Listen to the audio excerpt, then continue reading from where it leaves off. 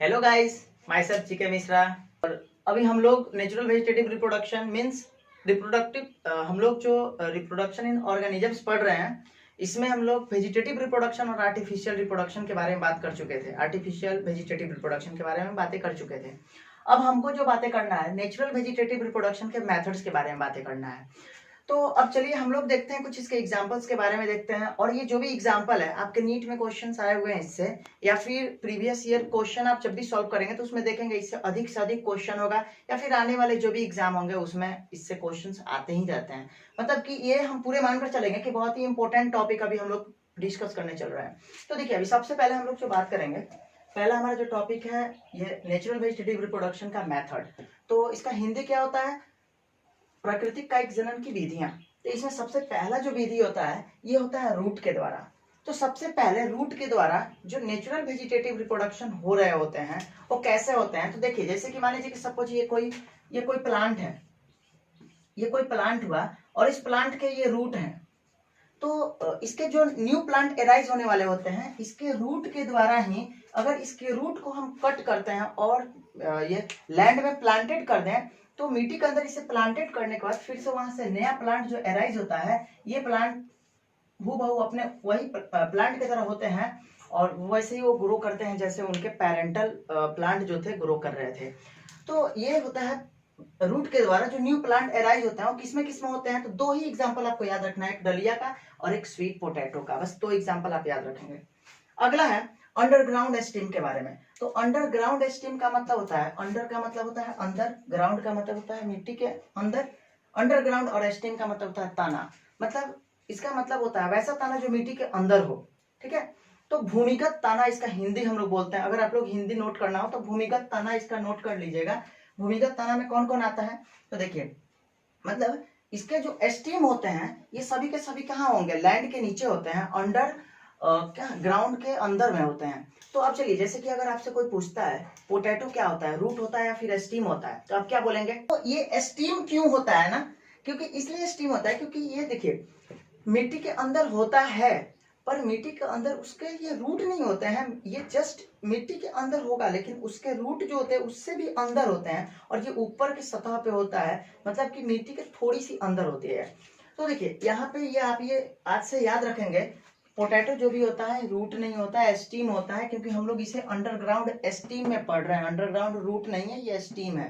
ठीक है, तो इसमें आता है पोटैटो जो होता है कौन से वेजिटेटिव स्ट्रक्चर के द्वारा होता है, कौन सा रिप्रोडक्टिव स्ट्रक्चर होता है इसका, वेजिटेटिव रिप्रोडक्टिव स्ट्रक्चर। तो इसमें होता है ट्यूबर। ठीक है, ट्यूबर के द्वारा, ट्यूबर में बहुत बार क्वेश्चन ऐसे आता है कि राइजोम के द्वारा किसमें वेजिटेटिव रिप्रोडक्शन होता है, किसमें कायिक जनन होता है राइजोम के द्वारा। तो आप क्या बोलेंगे? जैसे जिंगर में होता है, लोटस में होता है, बनाना में होता है, टर्मेरिक में होता है। वैसे ही क्वेश्चन आता है ट्यूबर के द्वारा किसमें असेक्सुअल रिप्रोडक्शन होता है, या फिर वेजिटेटिव रिप्रोडक्शन किसमें होता है, तो हम क्या बोलेंगे? पोटैटो। ट्यूबर के द्वारा पोटैटो में होता है, या ट्यूबर को ही हम लोग आई भी बोलते हैं, इसलिए ध्यान रखिएगा। आप आलू देखे होंगे, आलू के जो छोटे छोटे आई निकले हुए होते हैं, जो आंख निकले हुए होते हैं, उसी को हम ट्यूबर बोलते हैं। और उन्हीं ट्यूबर के द्वारा न्यू प्लांट एराइज होते हैं पोटैटो में। ठीक है, अब चलिए अब हम अगला देखते हैं, राइजोम के द्वारा किसमें किसमें होता है? जिंगर में होता है, लोटस में, बनाना में और टर्मेरिक में। और हम पहले भी आपको बता चुके हैं नेचुरल वेजिटेटिव रिप्रोडक्शन मतलब या जो भी वेजिटेटिव रिप्रोडक्शन होते हैं ना,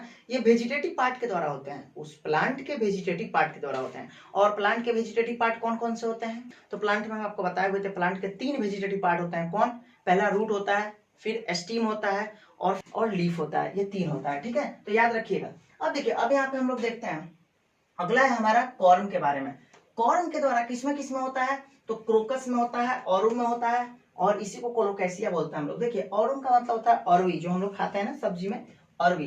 तो ये अरवी जो होता है ना अरुम, ये कोलोकैसिया ग्रुप में आता है, उसी ग्रुप में आता है। तो कहीं कहीं क्वेश्चन में आपको कोलोकैसिया दे दे और बोले कि ये कौन से रिप्रोडक्टिव स्ट्रक्चर के द्वारा, इसमें कौन से असेक्सुअल रिप्रोडक्टिव स्ट्रक्चर होते हैं, तो इनके लिए कौन सा रिप्रोडक्टिव स्ट्रक्चर होता है? कॉर्म होता है। कॉर्म के द्वारा ही इसमें नए प्लांट एराइज होते हैं। ठीक है, अब देखिए अब हम अगला देखते हैं बल्ब के द्वारा। बल्ब और बल्बिल एक ही चीज होता है, याद रखेंगे। एनसीईआरटी में बल्बिल दिया हुआ है और बल्बिल या बल्ब दोनों एक ही है। अब इसके जो एग्जांपल है बल्ब के द्वारा किसमें किसमें होता है? ओनियन में होता है, गार्लिक में होता है, लिलीज में और अगेप में होता है।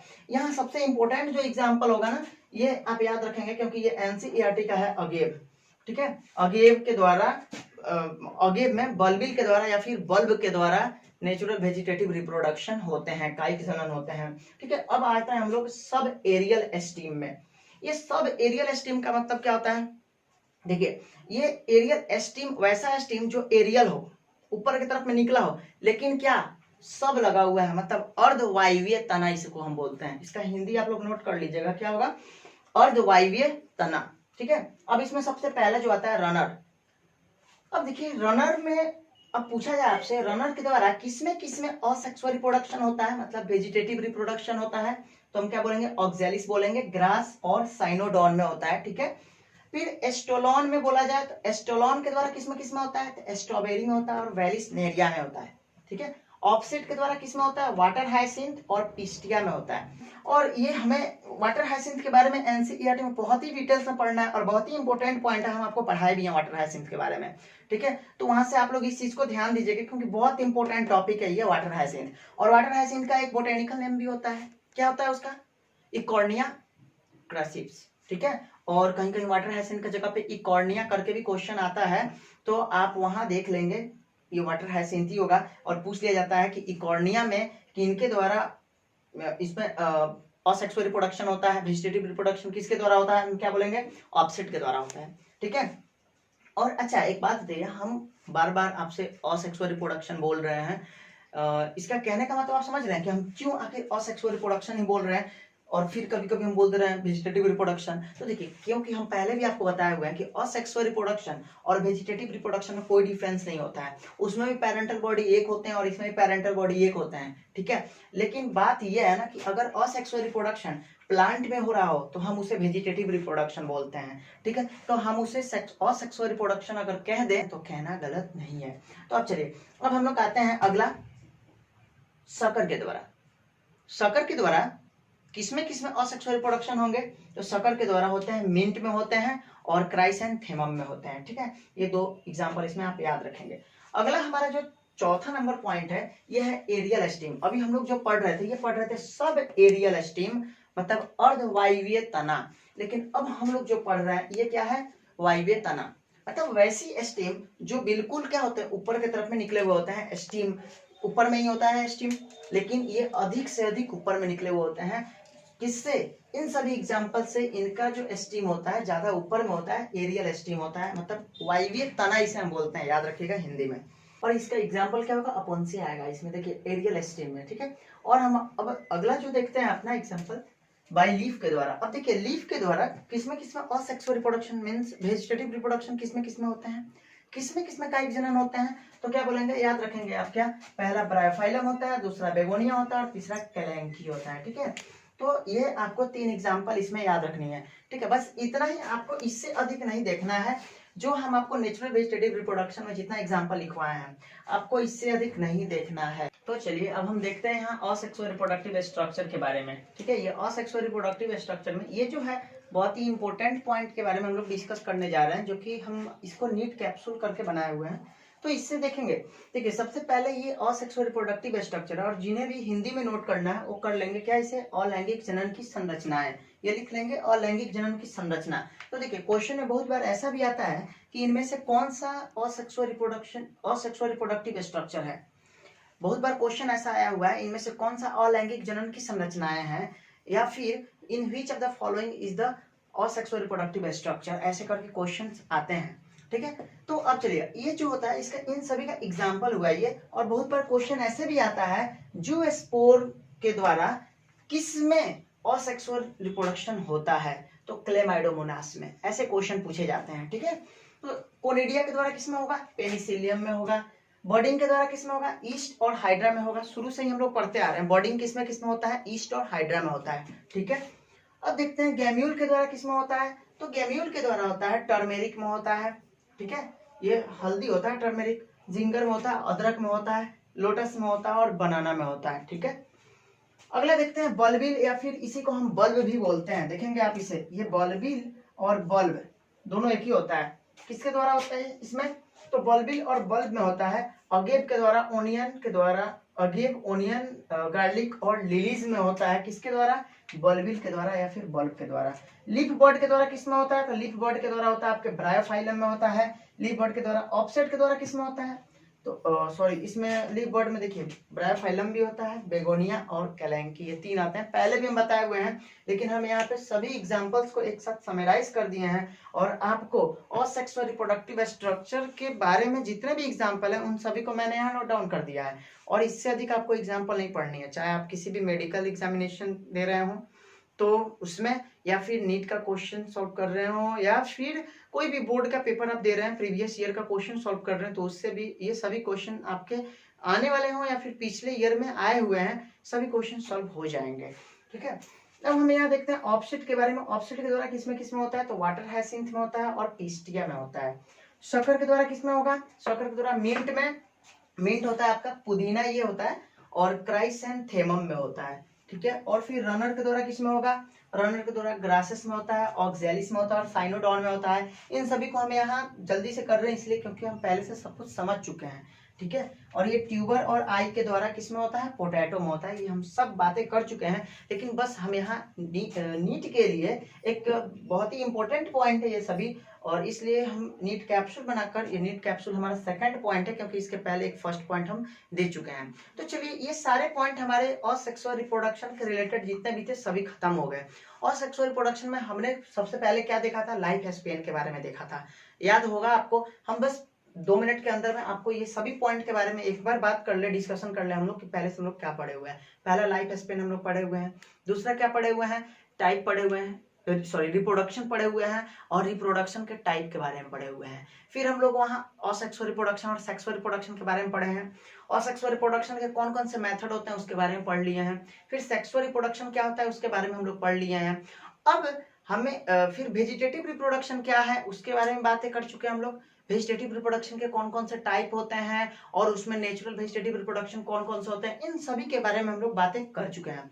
अब जो हमारा नेक्स्ट टॉपिक है, हम अभी एक बहुत ही इंपॉर्टेंट टॉपिक को डिस्कस करने चल रहे हैं, और उस टॉपिक से बहुत बार नीट में क्वेश्चंस आए हुए हैं। अगर आप नीट का प्रीवियस ईयर का 32 ईयर क्वेश्चन सॉल्व किए होंगे तो उससे आप बहुत सारा क्वेश्चन इससे रिलेटेड होगा जो भी हम डिस्कस करने चल रहे हैं। तो चलिए अब हम लोग कुछ टॉपिक देखते हैं। सबसे पहले हम असेक्सुअल रिप्रोडक्शन की बातें कर चुके हैं, लेकिन हम लोग को जो जानना था, एक असेक्सुअल रिप्रोडक्शन का इंपॉर्टेंट टॉपिक था जिसके बारे में हम अभी डिस्कस नहीं किए हुए थे, इसको हम लास्ट में रखे हुए थे कि एक अलग से वीडियो बना देंगे और उसमें इसको डालेंगे। तो देखिए, सबसे पहले ये some important point of asexual reproduction, अलैंगिक जनन की कुछ इंपॉर्टेंट पॉइंट है, महत्वपूर्ण पॉइंट है जिसके बारे में बातें करेंगे। देखिए, जैसे कि एक बार नीट में क्वेश्चन आया हुआ है, ये सारे टॉपिक हम जितना भी डिस्कस कर रहे हैं इसमें जितने भी हैं अभी तक एनसीईआरटी से ही हैं। कुछ जो टर्म बाहर का होगा हम बता देंगे कि ये बाहर का टर्म है, बाकी हम लोग अधिक से अधिक एनसीईआरटी पे जोड़ दे रहे हैं क्योंकि जो भी क्वेश्चंस आए हुए हैं सभी एनसीईआरटी से होते हैं। तो देखिए, जैसे कि क्वेश्चन आया हुआ था कि न्यू प्लांट जो नोड के द्वारा एराइज होते हैं, जैसे देखिए ये नोड जो होता है और इंटर नोड आप लोग पहले से ही पढ़ते आ रहे होंगे। जैसे ये अगर मान लीजिए कोई प्लांट है तो उस प्लांट में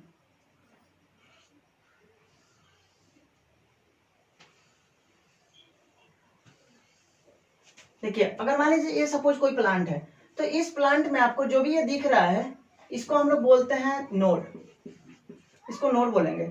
और 2 नोड के, इसको भी हम नोड बोलेंगे, और 2 नोड के बीच के स्पेस को हम लोग बोलते हैं क्या? Inter node. तो देखिए, क्वेश्चंस में बहुत बार आए हुए हैं कि जो भी न्यू प्लांट एराइज होते हैं वो किसी मॉडिफाई स्टीम के, किसी प्लांट के मॉडिफाई जो स्टीम होते हैं उनके नोड वाले पार्ट से होते हैं या फिर इंटर नोड वाले पार्ट से होते हैं। ये क्वेश्चन नीट में पूछा हुआ है। ये रिप्रोडक्शन इन ऑर्गेनिजम्स का जब आप सॉल्व करेंगे क्वेश्चन, तो क्वेश्चन नंबर आपका 16 है नीट का 32 ईयर का क्वेश्चन बैंक में। 16 नंबर क्वेश्चन में ये आया हुआ है, ये नोड के द्वारा जो मॉडिफाई स्टीम होते हैं उनके नोड के द्वारा न्यू प्लांट एराइज होते हैं इंटरनेट नोड के द्वारा। तो वहां तीसरा ऑप्शन जो है वहां आप देखिएगा, वहां नोड न करके सिर्फ इंटर नोड कर दिया है, बाकी सब कुछ ऐसा ही था। उसमें एक ऑप्शन था new plants are arises from inter node of modify stem, जो ऑप्शन इसी वजह से गलत हो गया है। और ये एनसीईआरटी का जब आप लोग देखेंगे फर्स्ट चैप्टर का रिप्रोडक्शन इन ऑर्गेनिजम्स का, तो उसी का ये आपका 3rd पेज का है एनसीईआरटी में। तो उसमें ये सीधे लिखा हुआ है, वहां पे नोड लिखा हुआ है, लेकिन क्वेश्चंस में इंटर नोट करके आ गया। तो देखिए अब जैसे कि आपसे क्वेश्चन ये इस तरह से भी पूछ लिया गया, या फिर क्वेश्चन दूसरे तरीके से कैसे आ सकते हैं कि जो न्यू प्लांट्स एराइज होते हैं किसी मॉडिफाई स्टीम के नोड के द्वारा, वो किस में होते हैं? तो होते हैं सबसे पहले बनाना में, फिर शुगर कैन में, गन्ना में, और फिर झिंगर में, अदरक में, पोटैटो में होते हैं, डलिया में होते हैं, और टर्मेरिक में होते हैं। टर्मेरिक हल्दी होता है, ठीक है। अब हम लोग अगला पॉइंट जो जा रहा है, ये भी नीट का ही क्वेश्चन है, जो भी अभी बात कर रहे हैं हम लोग नीट का क्वेश्चन है, लेकिन ये क्वेश्चन जो स्पोर जो है हमें एनसीईआरटी में पढ़ना है, पर ये जो पॉइंट से क्वेश्चन आया हुआ था एनसीईआरटी का था, लेकिन थोड़ा घुमाया हुआ था। तो देखिए हम लोग जूस्पोर में पढ़ते हैं, जैसे क्लेमाइडोमोनास में जो होता है जूस्पोर के द्वारा असेक्सुअल रिप्रोडक्शन होता है। जूस्पोर जो होता है ये एक असेक्सुअल रिप्रोडक्टिव स्ट्रक्चर होता है। क्या होता है? असेक्सुअल रिप्रोडक्टिव स्ट्रक्चर होता है। अलैंगिक जनन की क्या होती है? ये अलैंगिक जनन के लिए संरचना होती है। तो अलैंगिक जनन की संरचना है जो क्या होता है? माइक्रोस्कोपिक मोटाइल होता है। वो सूक्ष्म जीवी होता है, मतलब उसे हम ऐसे अपने नग्न आंखों से नहीं देख सकते हैं, अपने नेट आई के थ्रू नहीं देखा जा सकता है, उनके लिए हमें माइक्रोस्कोप का यूज करना पड़ता है। तो ये जो होते हैं आप याद रखेंगे, एक मोटाइल वर्ड है। ये मोटाइल का मतलब होता है, मोटाइल और नॉन मोटाइल दो चीजें हम लोग को पढ़ना होता है। जैसे जब भी हम पहले सेक्सुअल रिप्रोडक्शन डिस्कस किए हुए थे, तो उसमें आपको बताया भी थे शायद ये चीजें कि वहां पे जो स्पर्म और ओवम हो रहा था, मेल के द्वारा जो गैमिट बनता है उसको हम स्पर्म बोलते हैं, और फीमेल के द्वारा जो गैमिट बनता है उसको हम ओवम बोलते हैं। मेल गैमिट जो स्पर्म होता है वो मोटाइल होता है, और फीमेल गैमिट जो ओवम होता है वो नॉन मोटाइल होता है, जिसको हम लोग स्टेशनरी बोलते हैं, मतलब वो स्थिर होता है। तो ये मोटाइल का मतलब होता है जो खुद चल सके। ये क्या होता है? माइक्रोस्कोपिक मोटाइल स्ट्रक्चर होता है। बस इतना ही ऑप्शन में क्वेश्चन पूछा हुआ था, माइक्रोस्कोपिक मोटाइल स्ट्रक्चर। अब देखिए अब अगला पॉइंट हम एक देखते हैं, ये भी नीट का क्वेश्चन आया हुआ है, लेकिन 1999 के टाइम में आया हुआ है, क्वेश्चन बहुत पुराना है, लेकिन इस पे ध्यान दीजिएगा, हो सकता है कहीं रिपीट करे। देखिए the I of the potato tuber is axillary bud, ऐसा क्वेश्चन आया हुआ था कि हम लोग जानते हैं पोटैटो में जो आई होता है ना, आई पोटैटो का जो आंख होता है उसको हम लोग ट्यूबर भी बोलते हैं। तो हम आपको बताए हुए थे कि ट्यूबर के द्वारा ही पोटैटो में न्यू प्लांट एराइज होते हैं। जब हम आपको बताए हुए थे अंडरग्राउंड स्टीम के बारे में, भूमिगत तना के बारे में बताए हुए थे, तो वहां हम इसके बारे में डिस्कस किए हुए थे कि ट्यूबर के द्वारा ही न्यू प्लांट एराइज होते हैं पोटैटो वाले प्लांट में। तो यहाँ पे जो पूछा जा रहा है कि जो आई होते हैं पोटैटो के, वो कौन सा बर्ड होता है? तो वो होता है एक्सिलरी बर्ड। बस इतना ही क्वेश्चन पूछा हुआ था कि कौन सा बर्ड होता है? एक्सिलरी बर्ड होता है। चलिए अब और भी दो पॉइंट है जिसके बारे में हम लोग अभी बातें करेंगे, डिस्कस करेंगे। एक होता है क्या? इपीमॉर्फोसिस, और एक होता है मेटामॉर्फोसिस, ठीक है। तो अभी हम लोग उसके बारे में डिस्कस करने चल रहे हैं। ये इपीमॉर्फोसिस और मेटामॉर्फोसिस पॉइंट, दो पॉइंट है इसके बारे में। ये एनसीईआरटी का पॉइंट नहीं है, आउट ऑफ एनसीईआरटी है, इस पे ज्यादा ध्यान देने की जरूरत नहीं है, लेकिन फिर भी एक बार पढ़ लीजिएगा, काफी है उसके लिए। देखिए इससे भी नीट में क्वेश्चन आया हुआ था, और आप कहेंगे कि सर इतना बड़ा डिफिनेशन आता है क्या? नहीं, इतना बड़ा डिफिनेशन तो नीट में नहीं आता है, वो ऑब्जेक्टिव टाइप क्वेश्चन रहता है, लेकिन उसमें जो क्वेश्चन आया हुआ है हम बता रहे हैं कैसे आया। देखिए इपीमॉर्फोसिस में जो क्वेश्चन आया हुआ था उसमें ये आपसे पूछ लिया गया था, इपीमॉर्फोसिस टर्म दे दिया गया था, और जो भी बच्चे, ये न्यू पॉइंट था, नहीं समझ में आया था उस वक्त, ये पुराने एनसीईआरटी में है। जब भी आप एनसीईआरटी एग्जाम्पलर पढ़ेंगे तो उसमें ये क्वेश्चन है, ऐसा नहीं कि नहीं है, लेकिन ये अभी हमारे एनसीईआरटी में जो न्यू एनसीईआरटी हुआ है उसमें नहीं दिया हुआ है ये, ठीक है। तो देखिए इपीमॉर्फोसिस का मतलब होता है जब भी अगर मान लीजिए किसी भी ऑर्गन का कोई एक ऑर्गन है और इस ऑर्गन के द्वारा दूसरे ऑर्गन का डेवलपमेंट हो, मींस मॉडिफिकेशन हो। और मॉडिफिकेशन का मतलब ये नहीं होता है कि अगर मान लीजिए कि ये कोई ऑर्गन हुआ और इससे जस्ट दूसरा ऑर्गन बन जाए। तो देखिए इससे ये जो ऑर्गन होता है ना, ये ऑर्गन से दूसरा अगर ऑर्गन बनेगा तो ये ऑर्गन प्योरली चेंज हो जाएगा। जैसे कि हम लोग अगर बाइक को मॉडिफाई करते हैं तो क्या पुरानी वाली बाइक वैसी दिखती है और एक दूसरी नई बन जाती है क्या? नहीं, वो जो पहली वाली बाइक होती है ना उसी का हम मॉडिफाई करते हैं तो दूसरी वाली बाइक बन जाती है। सेम वही प्रोसेस होता है यहाँ पे। अगर मान लीजिए कि कोई एक ऑर्गन है और ये ऑर्गन इस ऑर्गन में मॉडिफिकेशन हुआ, कब? रीजनरेशन के टाइम में। और हम आपको एक टर्म पढ़ाए हुए थे, रीजनरेशन और फ्रेगमेंटेशन। देखिएगा ये हम बताए हुए थे आपको, रीजनरेशन की बातें हम लोग किए थे, और फिर एक और टर्म था फ्रेगमेंटेशन। फ्रेगमेंटेशन और रीजनरेशन की बातें किए हुए थे।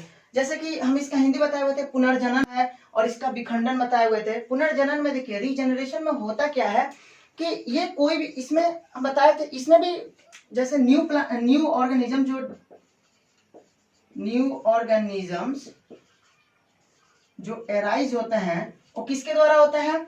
प्लांट के किसी कट पार्ट के द्वारा होते हैं, प्लांट के फ्रेगमेंटेड पार्ट के द्वारा होते हैं।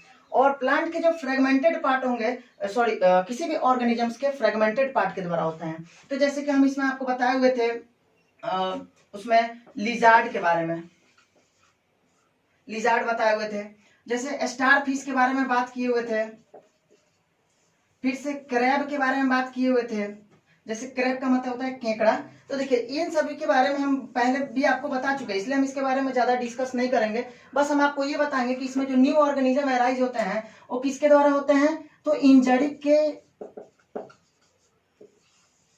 का मतलब होता है चोट के परिणाम स्वरूप, as a resultant of injury. ठीक है, चोट के परिणाम स्वरूप इसके न्यू ऑर्गेनिज्म क्या होते हैं, उसमें वो स्प्लिट करते हैं, डिवाइड होते हैं, और डिवाइड होकर उनके पार्ट के द्वारा न्यू पार्ट्स एराइज हो जाते हैं, न्यू ऑर्गेनिजम्स का निर्माण होता है।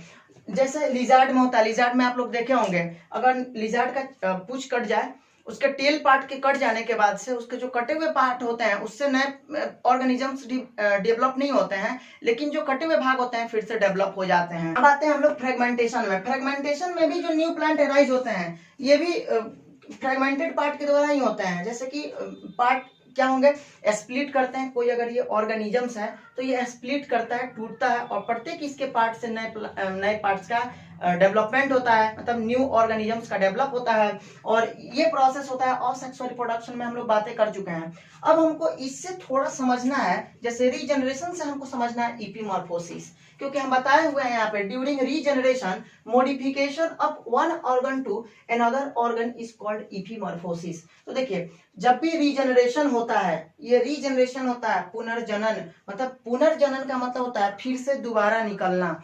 तो जब भी कोई न्यू पार्ट्स एराइज होते हैं किसी ऑर्गेनिजम्स के, या फिर पूरे के पूरे पार्ट भी एराइज हो जाते हैं, तो उसे हम बोलते हैं रीजनरेशन। तो जब भी रीजनरेशन हो रहा हो, मान लीजिए कि सपोज ये कोई ऑर्गन है और इस ऑर्गन का मॉडिफिकेशन हुआ, मॉडिफिकेशन मतलब एक पार्ट से फिर से इससे नए पार्ट एराइज हो रहे हैं, निकल रहे हैं, और निकलने के बाद ये बन गए, तो इसको हम लोग बोल देंगे क्या, इपीमॉर्फोसिस। ठीक है, मतलब एक ऑर्गन से दूसरे ऑर्गन के बनने की प्रोसेस को ही हम लोग इपीमॉर्फोसिस बोलते हैं। अब आइए हमारा दूसरा है मेटामॉर्फोसिस। ये टर्म दोनों आया हुआ था नीट में, उस समय नीट नहीं था, AIPMT था, उसमें आया हुआ है ये क्वेश्चन। देखिए ये है जैसे कि इसको हम क्या बोलेंगे, मेटामॉर्फोसिस।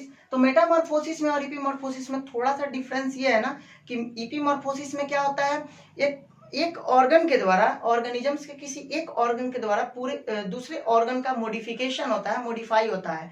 लेकिन मेटामॉर्फोसिस में क्या होता है कि जैसे कि आप लोग लार्वा फॉर्म देखे हैं किसी भी ऑर्गेनिजम्स का, लार्वा फॉर्म का मतलब होता है, जैसे कि आप फ्रॉग देखे हैं, मेढक, तो मेढक का छोटे छोटे मछली के रूप में आप देखे होइएगा, उसका लार्वा होता है। और जब वो लार्वा डेवलप करके एक बड़ा सा फ्रॉग का रूप ले लेता है, तो उसी को हम लोग मेटामॉर्फोसिस बोलते हैं। समझ गए? तो इसको देखिए definition, the process of series of changes from larva, वही जो हम लार्वा के बारे में बात कर रहे थे, फ्रॉग का छोटा छोटा जो बच्चे जो देखे हैं आप लोग, वो लार्वा हुआ। लार्वा टू एडल्ट, जब वो एडल्ट फ्रॉग में चेंज हो जाए, larva to adult after embryonic development, embryonic development के बाद हम बताए भी हैं एम्ब्रियो का डेवलपमेंट कैसे होता है। सबसे पहले क्या होता है, दो गैमिट का फॉर्मेशन होता है। गैमिट का फॉर्मेशन होगा, कौन कौन गैमिट का, एक तो आपका मेल, बताया भी है, इसको मेल बोलते हैं और इसको फीमेल बोलते हैं। मेल गैमिट और फीमेल गैमिट का फॉर्मेशन होता है, जिसको हम लोग एक को स्पर्म बोल दिए और एक को क्या बोलते हैं, ओवम बोलते हैं। ये दोनों जब एक साथ मिलकर फ्यूज्ड होंगे, जब ये फ्यूज्ड होते हैं, तो फ्यूज्ड होने के बाद क्या होता है, जाइगोट का फॉर्मेशन होता है। और इस जाइगोट से ये जाइगोट डेवलप होकर मतलब डिवाइड होता है, और डिवाइड होकर क्या बनाता है, एम्ब्रियो बनाता है। और जाइगोट को डिवाइड होकर या फिर डेवलप होकर एम्ब्रियो बनने की प्रोसेस को ही हम लोग एम्ब्रियोजेनेसिस बोलते हैं, और यही प्रोसेस कहलाता है एम्ब्रियोनिक डेवलपमेंट। तो ये लार्वा से एडल्ट में जो भी एम्ब्रियोनिक डेवलपमेंट के बाद जो भी चेंजेस हो रहे हैं, इसी प्रोसेस को हम लोग क्या बोलते हैं, मेटामॉर्फोसिस बोलते हैं। और ये हमारा जो असेक्सुअल रिप्रोडक्शन का पॉइंट था, ये सभी पॉइंट क्लियर हो गए। अब हम लोग सेक्सुअल रिप्रोडक्शन के कुछ पॉइंट के बारे में देखेंगे।